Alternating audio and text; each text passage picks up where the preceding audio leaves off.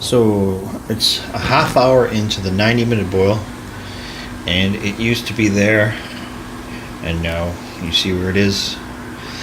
So that's that 2 liters of just spring water that I added to compensate. So I keep my my original gravity of, we'll see, it's probably going to be between 5.5-6% alcohol beer. And so now, normally I would be right up here, and as you can see, it's a good gallon of beer, maybe more, that I no longer collect. And there it is. Now, I mean, I got really good beer when I used to collect all that.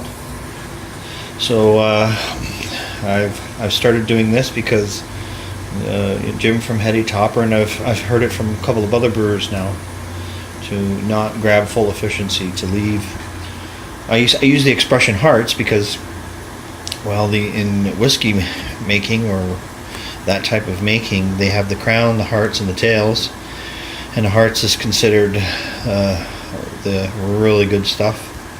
So this is kind of like the middle, the beginning and the middle part. And I'm leaving out the tail end of things, or the tails. And so, there you go. Maybe a little shot now of, let me turn the light on. A little shot here of the leftover grain bill. Need a flashlight.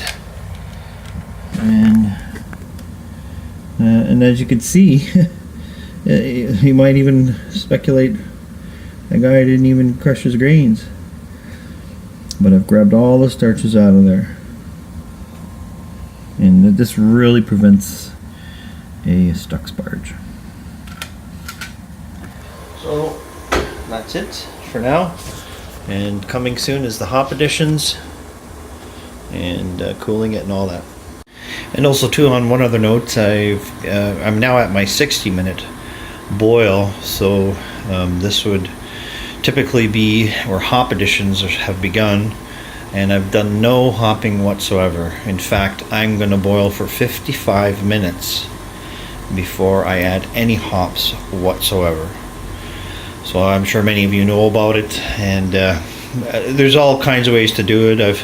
It's all about late additions, and from what I gather and from what I taste myself, you don't want to go anything more than 15 minutes to get a good hop flavor that's not biting bitter, but lots of hops. This is actually one of the lower end of hop additions that I do. I did a brew there a couple weeks ago with almost a pound of late additions, and so a lot of hop bursting right at the end, or at flame out for 20-30 minutes. And as we saw the recipe, this is 5 minutes of Galena hops, 2 ounces of that, and then 4 ounces of Galaxy for 20 minutes of a hop stand. That's without any boiling at all. So as soon as I turn the boil off, I throw the hops in and let it sit for 20 minutes, and then I cool things down. Of course, I'll have my wort chiller in there. I put it in at 15 minutes prior. I put my wort chiller in before I put any hops in. So really good beer. I just like making all kinds of variances. So this will, in about 4 to 6 weeks from now, once it's in the keg on tap, it's going to mellow out. And it'll be on the lower end, but it's still going to have this wonderful citrusy, orangey, tangerine-y kind of flavor. Nice full mouth feel, but not biting bitter. So I've done my first hop additions now. There's 2 ounces of Galena, and as you can see, I tie it to the pot, and having all this string here, what I can do is steep my beer, and that's what I do. Never have a problem with the heat stick. I've been using this bag for years. And so I steep. I don't know if anyone else steeps, but if I just put it in and let it sit like that, I mean, I would get my oils out of there, but by steeping, you actually do reduce your amount of need for hops, or increase your hop efficiency, especially if you're doing a lot of hop bursting.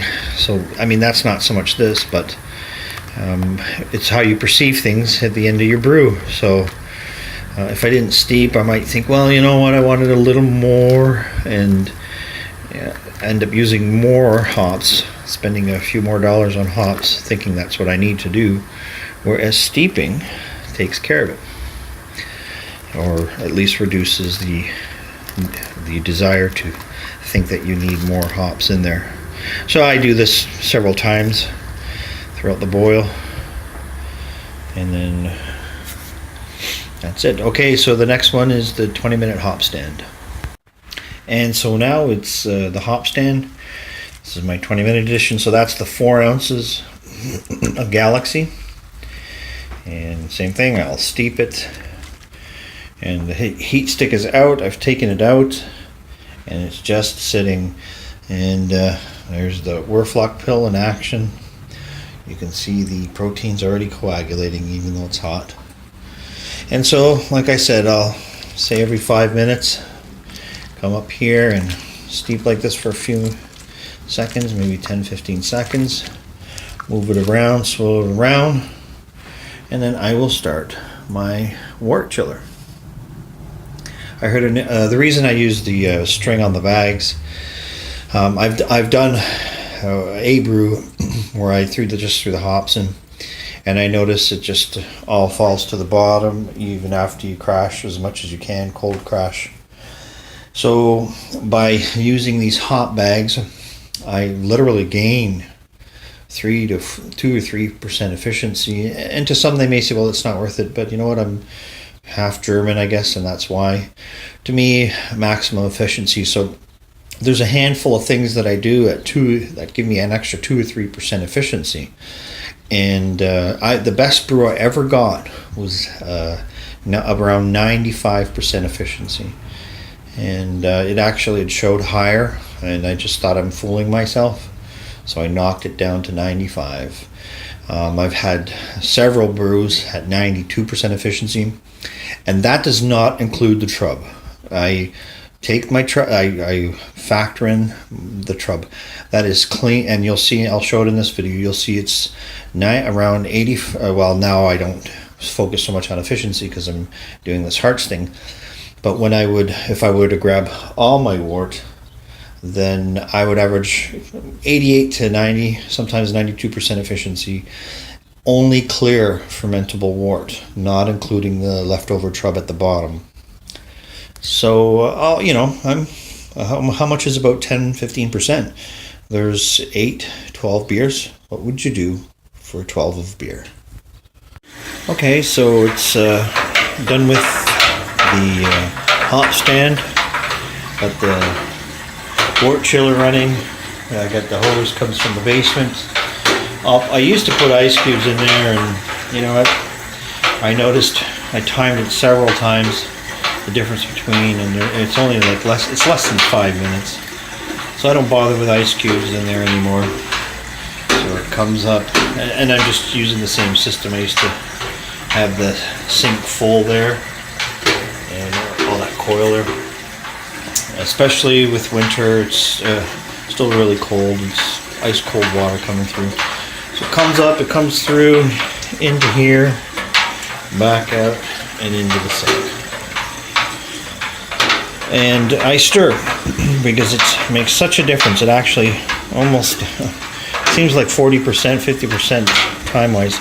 If I just sat that in there and walked away, you're looking at a good 40 minutes, 30 minutes. This way, I'll have it cool down in 15-20 minutes. And I just stir. I get to spend more time with my beer this way. I don't believe in buying the plate chillers and all that. I've heard stories where the plate chillers get stuck, or if you're not meticulous, not that I wouldn't be, there's a lot of cavities where particulates can get stuck and could lead to infected beer. You only want to infect your beer with good healthy yeast.